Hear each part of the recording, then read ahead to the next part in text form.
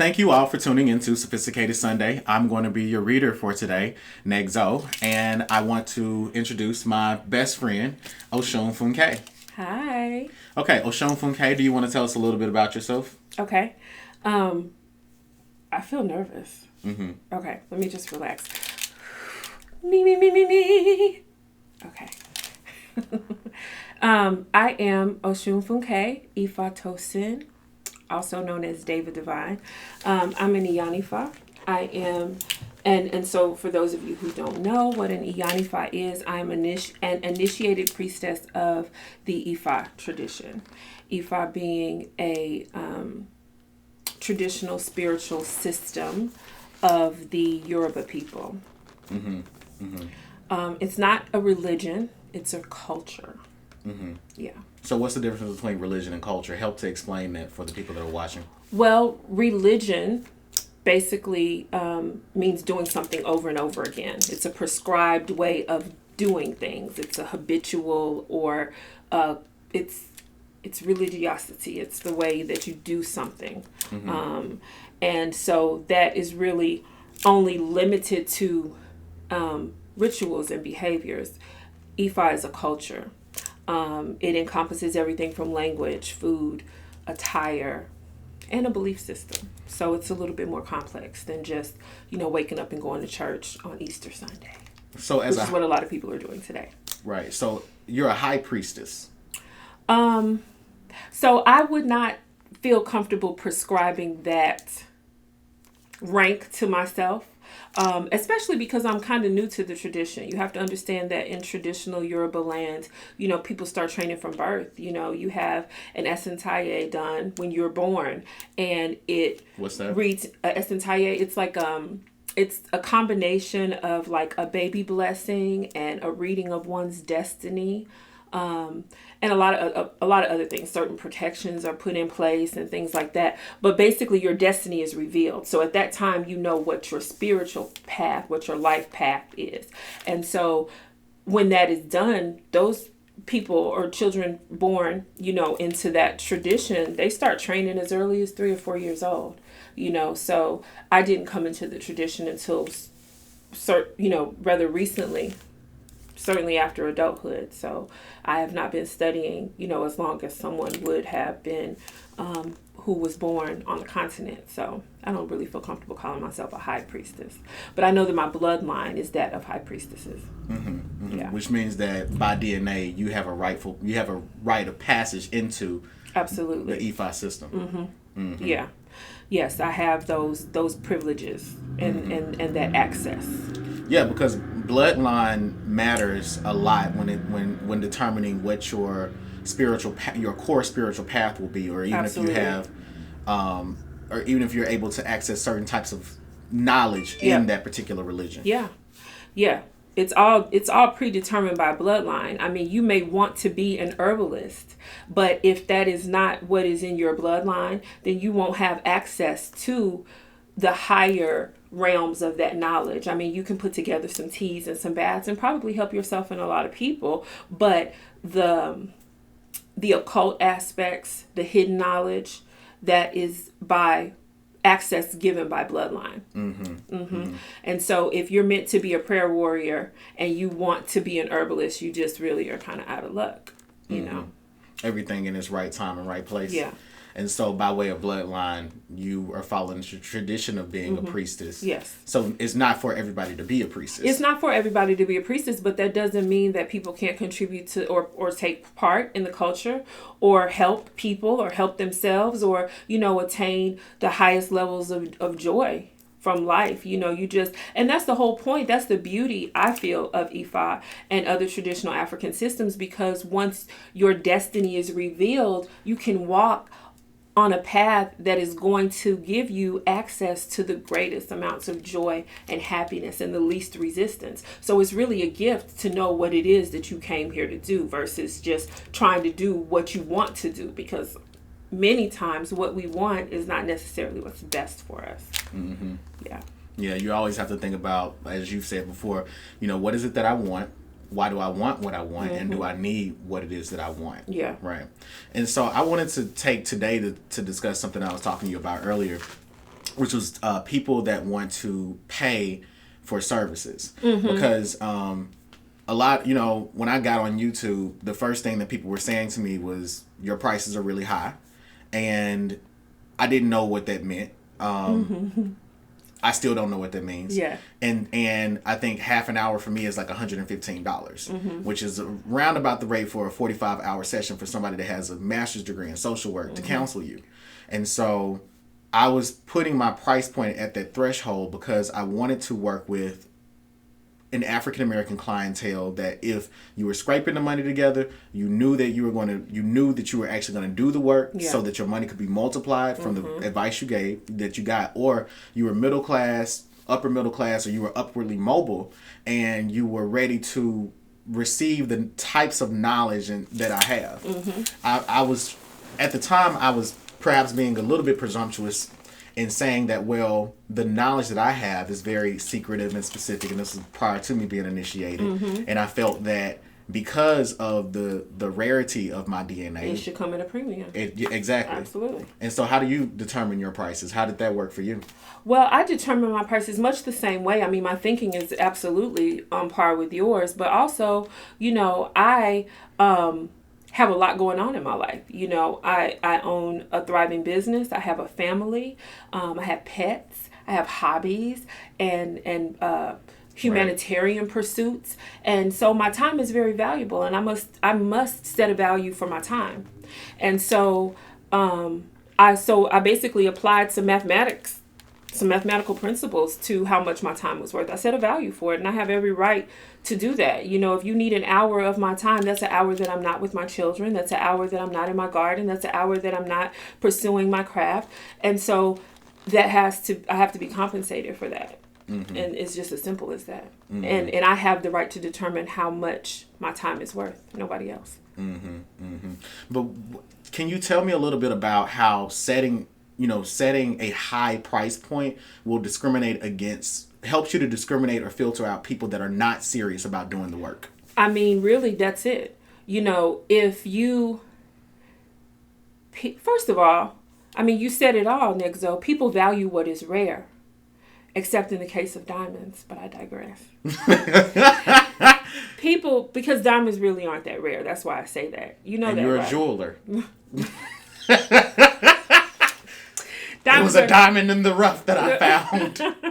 Diamonds are not that rare, but diamonds are very expensive. But people actually value what is considered rare or scarce. And so, like you said, the level of occult knowledge that we have, the secretive nature of the knowledge, what is required to receive that knowledge. Of course, we're not going to sit here and reveal the details of some of the ceremonies and initiations that we've been through, but believe you me, if you go through what we have gone through to attain certain levels of knowledge, you're not going to just pass that out. It would be reckless and irresponsible to do that, but you also feel some type of way like, no, do you know what I had to go through to get this? I'm not going to just give it away. So what was your question? You've already answered it, which was pretty much, people taking it seriously. Yeah. So when I first started reading cards, I was so excited to be able to help people and to be able to reveal things and to hone and tighten up my craft that I was just doing readings just to do them. Like if you would sit still long enough, I would do a reading for you regardless of who you were and what you had going on. And what I started to realize very quickly was that people were not following the advice that I was given. So here I am channeling ancestors. And, racking my brain and opening myself up to all types of energies and doing all of this stuff to be able to give you really, cultivated, carefully worded information that will speak into your life and help you on your path. And then you have the audacity to not follow the information that I've given you, but then call me back a week or two later and tell me that you didn't do anything that we discussed, but asked me to do another reading. And I said, no, that doesn't make any sense. You're not taking what I'm doing seriously. You're not even taking your own life seriously. And I couldn't allow for that to continue. So I realized that once I started placing a value on the information that I was given, that people started treating it differently. Just by limiting the amount of time that you spend in a reading makes people pay a little bit more attention. You know, they'll ask you, can I record this? Do you mind if I write this down? You know, because they know, okay, I got 45 minutes and that's it. You know, and it's not always about, people sometimes read that the wrong way. You know, they think, oh, you know, 45 minutes, she ain't gonna give you 47 minutes, honey. Every penny, she want every penny, you know, for every minute or whatever. Well, I mean, yeah, I'm cool with you saying that, because yes, my time is valuable and I want to be compensated for it. But at the same time, it's really more about you understanding the seriousness of what we're doing, understanding what it takes for me to be able to give you this information, and then you just placing a value on this information, you know? Yeah, readings are the divination, because I do divination and spell work specifically. Those two industries. I do divination, I do spell work. Right. And the divination in itself, I've been doing it for so many years that I've come to realize that it is intellectually, psychologically, and emotionally exhausting. It is. And how can I be compensated for my time? Sometimes money isn't even going to get. It's the least of things. Right. It's not, that's not what's going to replenish me. Everything does come with a price. I've had to learn that, you know, when I started to do the spell work, I had clients last year that we all know about, clients that were calling me, and I had several that wanted to steal husbands. And I was saying to myself, like, yeah, I'm going to go to Haiti. I'm going to do this work for these people. And I came back from Haiti and I came with the bags of herbs, and I was like, I got to charge you for this. And everybody fell away. All the clients that wanted to steal these husbands, when they found out the prices that it was going to cost, they all ran away. None of them ever came back. And I realized in that moment that people don't want to pay for good information or really good services. But let me explain something else about that. So not only do they not want to pay, because see, for a lot of people, money is so precious. And like for those of us who have other gifts, and I say gifts in the true sense of it, you know, gifts from God, gifts, right? Very valuable situations and circumstances and things. But for someone who maybe hasn't experienced that or doesn't have that, money is representative of their toiling, of their sweat, and they place a high value on money. But for us, it's the least of things, right? People who don't want to spend their money, that's really a metaphor, or like a deeper look into the fact that they actually don't want to pay on an emotional or spiritual or karmic level. And so the fact that they would run away because you asked them for $300 or $400, it's like, fuck out of here, because you're not actually willing to probably put in the work to see this through, or to stand there and accept your consequences. And you're not putting me in a position where I'm going to have to do it on your behalf because you didn't realize how serious this was. You know, so when people are afraid of my prices, or it scares them away, or they walk away from it, I know that that's best for both of us. Right. You know? And I've seen situations happen where, because right now my spell work is affordable, and people think that it's affordable, but they don't know that the spells that they're getting are matching the price point that they can actually afford. Therefore, it's going to be the quality thing. So they're like, oh, wow, like this only cost me $150 to do. Well, yeah, it's a spiritual bath. This isn't me doing work for 3 days with prayers involved that's going to be, you know, quadruple the price. This is what you can afford. This is what you can do. The price point meets your level of expectation. It is going to take a little longer for it to work. I've had incidents where I've quoted someone a price. They called me back a week later, the price point changed. And they're like, well, you told me it was this amount last week. Why did it increase? Well, the situation developed. Yeah. Now, not only do we have to break up somebody that's in a new relationship, we then have to attract them to you. So it's another work. So I feel that, you know, everything does come with a price. People are largely ignorant to the process, but in their ignorance, we are patient, but it tries our patience at the same time. So I want to ask you something, because I know that a lot of people don't know this when they walk into having spiritual work or getting spiritual work. But you mentioned the price changing, and that has happened to me, you know, many times. I think anybody that does work for clients and they actually consult with spirit before they roll out their prices, How do you explain that to clients, or do you even explain to clients that you're actually consulting on their consultation? You get what I'm saying? Like, spirit is helping you set the price. It could be the entities that you work with, or it could be other colleagues, that you may have to go to. I know you and I have tag teamed on different clients and situations. Do you even bother to peel back those layers and explain, like, listen, it's costing this much because I have to go to an Ianifa to get this portion of it done, or I have to go to this person to have this preparation made, or I have to seek this ancestor or this Orisha or whatever. Do you do that?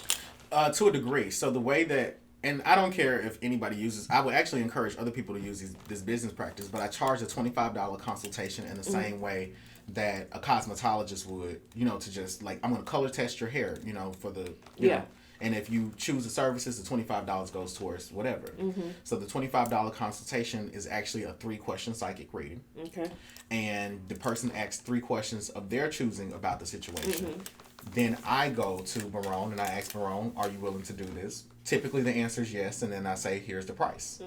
Now, if somebody asks me why the price is that way, the most information that I can give them is an itemized breakdown of what they're paying for, not the science behind how the work is going to be produced. So here you're paying for a bath, and you're going to pay for some candle work. Okay. And you're going to pay, and you're also going to be paying for, like I don't have a ritual room for you to, a temple for you to sleep in and spend the night. So, that definitely deducted from the charge in itself. So, the price is this way. But when it comes down to how's it's going to work, and these people don't know, you know what I'm saying? They don't know who Barone is. They don't, if they do, they probably wouldn't be asking why is the price this way. Yeah.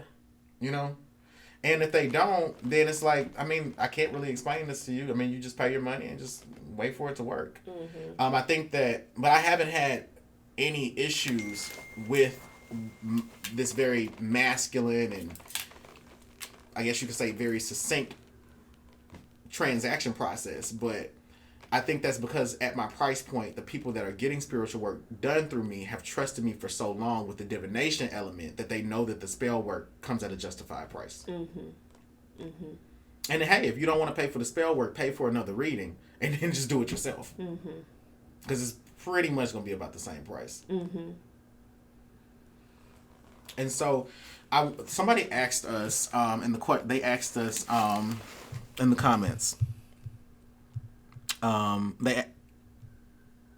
are you guys able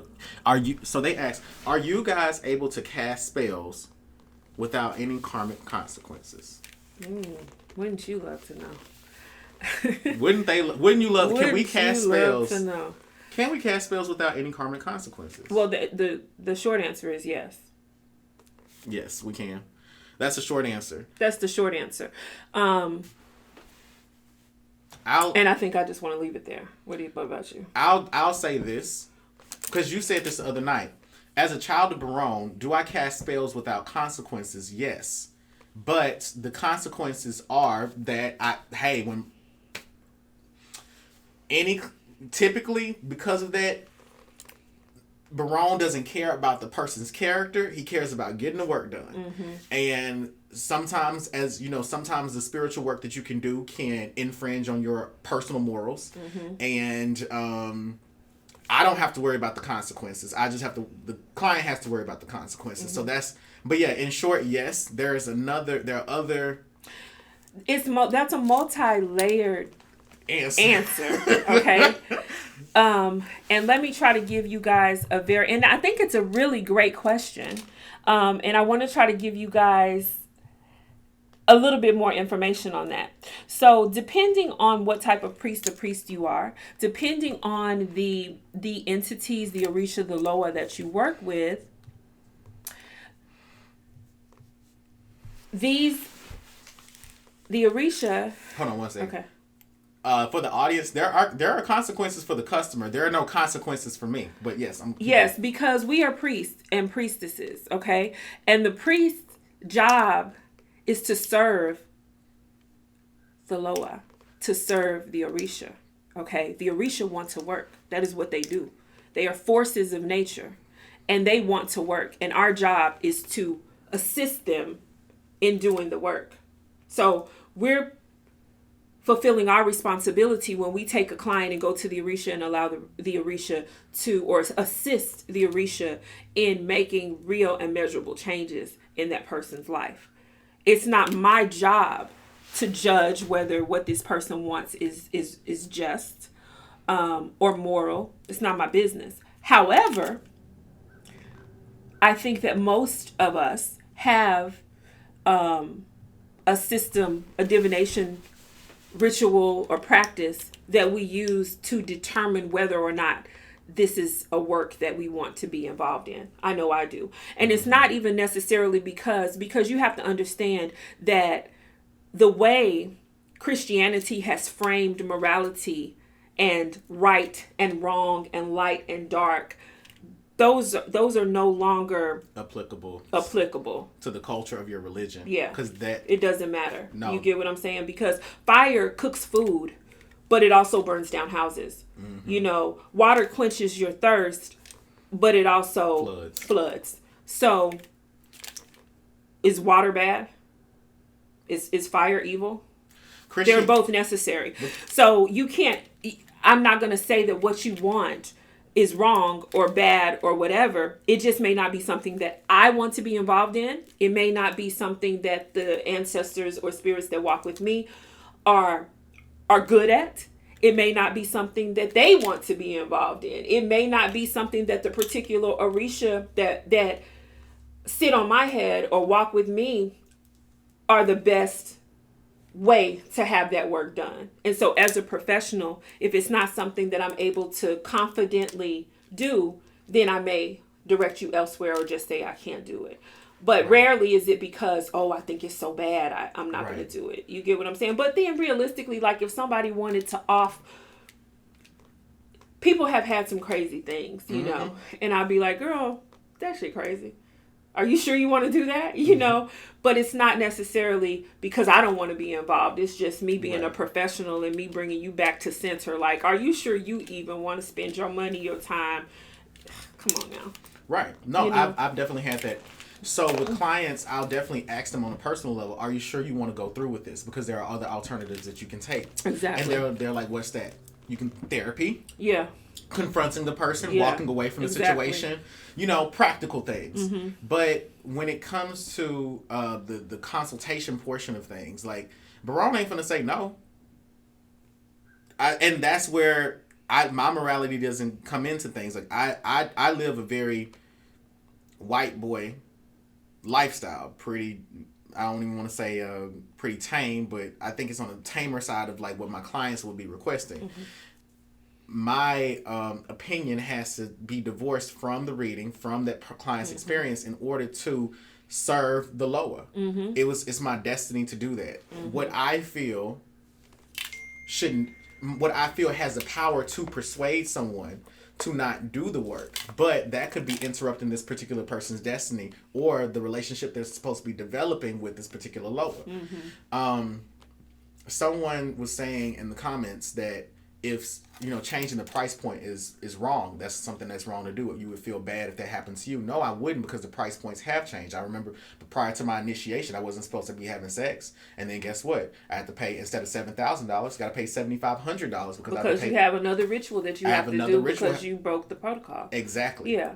I don't care about people's opinions about things like that. No. I don't care, because they don't know. They don't. They don't know. Yeah, they don't know what goes into it. I mean, I might charge you, if you need a cleansing bath, it might be $30, because guess what? I might just need some lemon juice and some sea salt, and I might just have to say a quick prayer and set it on the altar for a hot second. Here you go, babe, $30. Somebody else might come and say, hey, I want to get a cleansing bath, and I see that they have attachments. You get what I'm saying? They have soul ties that need breaking. They have generational curses, you know, or generational debts that need to be paid. They have this whole other stuff going on with them that's different from your $30 cleansing bath. And so, yeah, I can give you a cleansing bath, but it's going to be $250. And in addition to that cleansing bath, you're going to have to take this candle home with you and do X, Y, and Z with it. People on the outside don't have the right to, they don't know. So, whatever. Yeah. And I wanted to say that I have, as far as like your area of specialization, it is also, you know, that you're working with a good priest or priestess. I typically tell people when you're working with a good priest or priestess when they won't do work. Like they have, like, not that they're saying no to the work, but they're saying no to like putting it on their schedule because it takes a long ass time to do. It's a lot of fucking energy. Sometimes you are in the cemetery. Sometimes you are in a fucking swamp. Sometimes you are at O'Shea for praying for that person. And that's an additional labor cost. So it's not that Barone will say yes to anything. I won't always have space available on my calendar for someone to book spiritual work though. Someone that's always doing spiritual work, I kind of question it. I'm like, I don't know if this is really working because this should be zapping your energy in a way that you can't constantly do it. But you know, some priests have understudies and they have staff, people that they work with that can help them prepare things. You know. Well, yeah. I mean, if you are, but that person's not doing the work all the time. That's true. So the business itself, or the temple or the elay, the community you can go to that space and constantly get work done, but that particular priest can't do it. Can't do it all. No. The second is when someone says that they specialize in everything. Now I know my areas of specialty, but what is that, oxymoron? You can't specialize in everything. Exactly. You can't specialize. And so I know that I do hexes, I do curses, I do cleansings, I do love work, and I break shit up. If someone comes to me and they're saying that they have issues with their health, I'll give you a consultation. Yes, but I'm not going to do anything else other than tell you I got friends that are medical doctors that you can speak to. I suggest you go to your physician. But my god sister specializes. She's a voodoo priestess. She specializes in the medical side of spirituality. Healing. Or in the instance where I've had clients where I'm like, this requires a deeper level of ancestral cleaning or purging that I don't really specialize in, and I have to refer that person to you.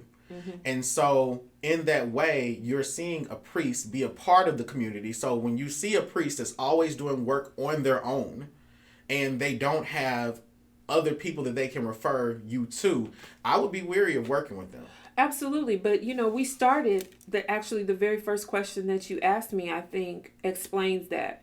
Like I said, Ifa is a culture.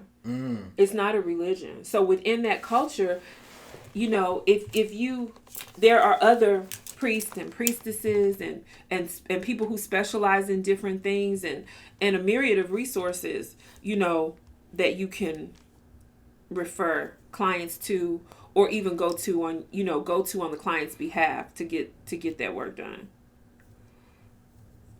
Okay.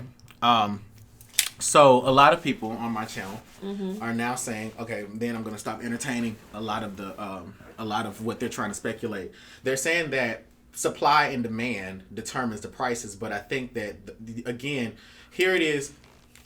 People are using westernized concepts, which is the supply and demand is a cause and effect relationship that comes out of European thought. It's not applicable to African spirituality. There's no supply and demand here. We don't have a supply and demand system. What you have is an assessment of your DNA. Everybody's DNA comes with a different coding.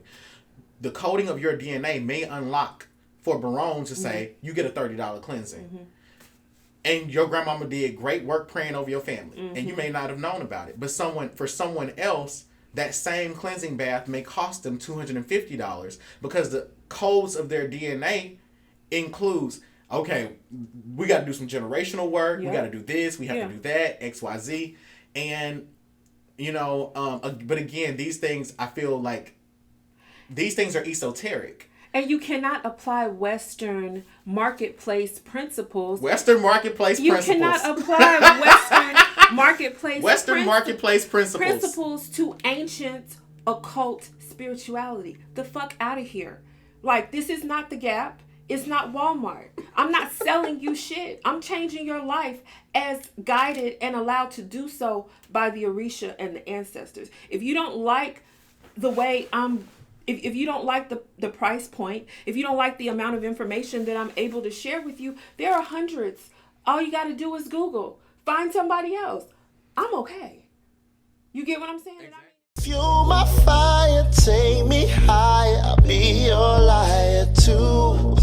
Cause when we're here, there's nothing better than the skyline.